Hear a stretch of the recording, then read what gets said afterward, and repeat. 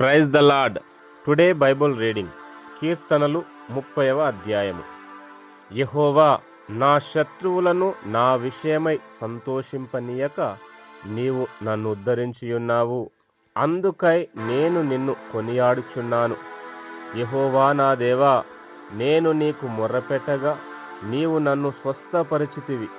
యెహోవా, పాతాళములో నుండి నా ప్రాణమును లేవదీసితివి.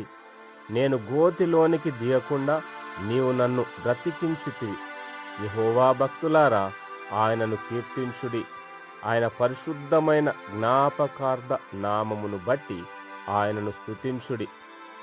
ఆయన కోపము నిమిషమాత్రముండును, ఆయన దయ ఆయుష్కాలమంతయు నిలుచును. సాయంకాలమున ఏడ్పు వచ్చి రాత్రియుండినను ఉదయమున సంతోషము కలుగును. నేనెన్నడు కదలనని నా క్షేమకాలమున అనుకొంటిని.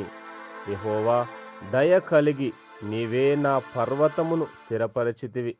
నీ ముఖమును నీవు దాచుకొనినప్పుడు నేను కలత చెందితిని. యెహోవా, నీకే మొర్రపెట్టితిని.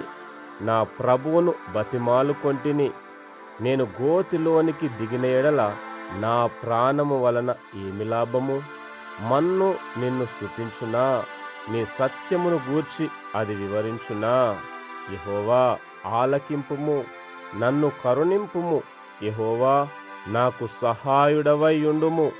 నా ప్రాణము మౌనముగా నుండక నిన్ను కీర్తించున్నట్లు నా అంగలార్పును నీవు నాట్యముగా మార్చియున్నావు. నీవు నా గోనె పట్ట విడిపించి సంతోష వస్త్రము నన్ను ధరింపజేసియున్నావు. యెహోవా నా దేవా, నిత్యము నేను నిన్ను స్తుతించెదను. ఆమేన్. God bless you.